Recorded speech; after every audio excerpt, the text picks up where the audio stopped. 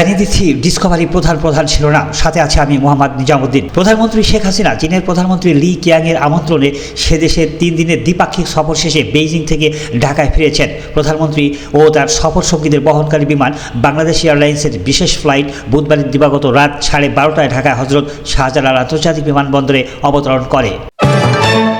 সরকারি চাকরিতে কোটা সংস্কারের দাবিতে আজ আবারও বাংলা ব্লকেট কর্মসূচি পালন করবেন আন্দোলনকারী শিক্ষার্থী ও চাকরি প্রত্যাশীরা। পূর্ব ঘোষিত কর্মসূচি অনুযায়ী বিকাল 3:30টা থেকে দেশব্যাপী অবরোধ কর্মসূচি শুরু হবে।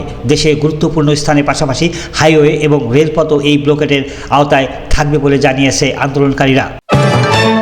2026 সালের মধ্যে EDLMS প্রকল্পের আওতায় চলমান ডিজিটাল ভূমি জরিপ BDS কাজ শেষ করার জন্য প্রকল্প সংশ্লিষ্ট কর্মকর্তাদের নির্দেশ দিয়েছে ভূমিমন্ত্রী। গতকাল বুধবার সচিবালয়ে BDS এর আওতাভুক্ত establishment of digital land management system EDLMS প্রকল্প এবং দক্ষিণ কোরিয়া থেকে আসা এই প্রকল্পের সহযোগী সংস্থার কর্মকর্তারা প্রকল্পের অগ্রগতি এবং ভবিষ্যৎ কর্ম পরিকল্পনার বিষয়ে জানতে ভূমিমন্ত্রীর সঙ্গে সাক্ষাৎ করেন।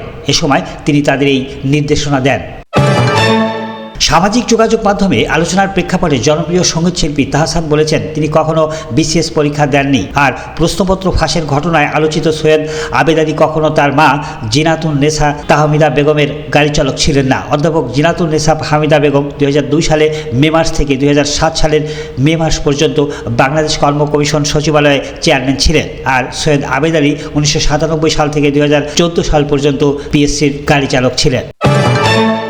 ভারতের পশ্চিমবঙ্গে দাউদ হোসেন উপল নামের এক বাংলাদেশি যুবকের মরদেহ উদ্ধার করেছে পুলিশ। বুধবার রাজ্যের কলকাতার সায়েন্স সিটি এলাকায় একটি জলাশয় থেকে তার মরদেহ উদ্ধার করা হয়। তবে তিনি এই এলাকায় কিভাবে গেলেন এবং কিভাবে মারা গেলেন তার কারণ খতিয়ে দেখা হচ্ছে। তথ্যসূত্র আনন্দবাজার পত্রিকা। দক্ষিণ ফিলিপাইনের মিন্দানাও অঞ্চলে আজ বৃহস্পতিবার আঘাত এনেছে 6.7 মাত্রার ভূমিকম্প। এ ঘটনায় তাৎক্ষণিকভাবে হতাহতের কোনো খবর পাওয়া যায়নি। German Research Centre for Geosciences এ তথ্য জানিয়েছেন, খবর রয়টার্সের।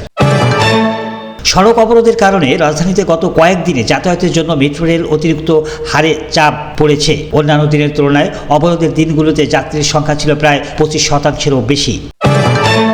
হাইকোর্টের বিচারপতির আতাউর রহমানের নাম ভাঙিয়ে ঘুষ নেওয়ার অভিযোগে উচ্চ আদালতের 2 কর্মচারীকে গ্রেপ্তার করেছে পুলিশ। গ্রেপ্তারকৃতরা হলেন MLSS আব্দুর রশিদ ও মোহাম্মদ হাফিজ। তাদের বিরুদ্ধে 9 লাখ টাকা ঘুষ নেওয়ার অভিযোগ রয়েছে। বুধবার রাতে রাজধানী থেকে তাদের গ্রেপ্তার করে শাহবাগ থানা পুলিশ। রাতেই বিচারপতি আতাউর রহমানের নির্দেশে বেঞ্চ অফিসার সুজিত কুমার বিশ্বাস বাদী হয়ে শাহবাগ থানায় একটি মামলা করেন। আজ 11 জুলাই বিশ্ব জনসংখ্যা দিবস।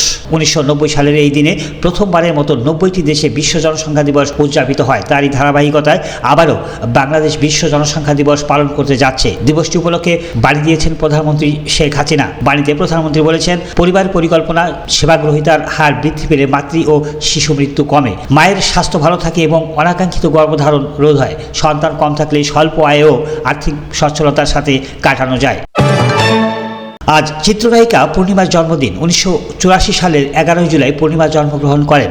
মাত্র 15 বছর বয়সে তিনি চলচ্চিত্রে আসেন। 1998 সালে জাকির হোসেন রাজু পরিচালিত এ জীবন তোমার আমার সিনেমায় রিয়াজের বিপরীতে নায়িকা হিসেবে চলচ্চিত্রে তার অভিষেক হয়। এ পর্যন্ত তার অভিনীত 80টি সিনেমা মুক্তি পেয়েছে। স্পিকার ডক্টর শিরিন শারমিন চৌধুরীর সঙ্গে বিদায়ী সাক্ষাৎ করেছেন বাংলাদেশে নিযুক্ত ইউরোপীয় ইউনিয়নের রাষ্ট্রদূত চার্লস হোয়াইটলি। বুধবার স্পিকারের কার্যালয়ে সাক্ষাৎকারে তারা সংসদীয় মৈত্রী গ্রুপ সহ জাতীয় সংসদের সঙ্গে ইউরোপীয় ইউনিয়নের বিভিন্ন কর্মকাণ্ডের বিষয়ে আলোচনা করেন। যুক্তরাজ্যের পূর্ব ইংল্যান্ডের হার্টফোর্ডশায়ারের বুশে শহরের বিবিসির এক সাংবাদিকের স্ত্রী এবং তার 2 মেয়েকে ক্রুসবো দিয়ে হত্যা করা হয়েছে। এই ঘটনায় সন্দেহভাজন এক ব্যক্তিকে আটক করেছে পুলিশ। বিবিসির এক প্রতিবেদনে এই তথ্য জানানো হয়। ধন্যবাদ সবাইকে সাথে থাকার জন্য।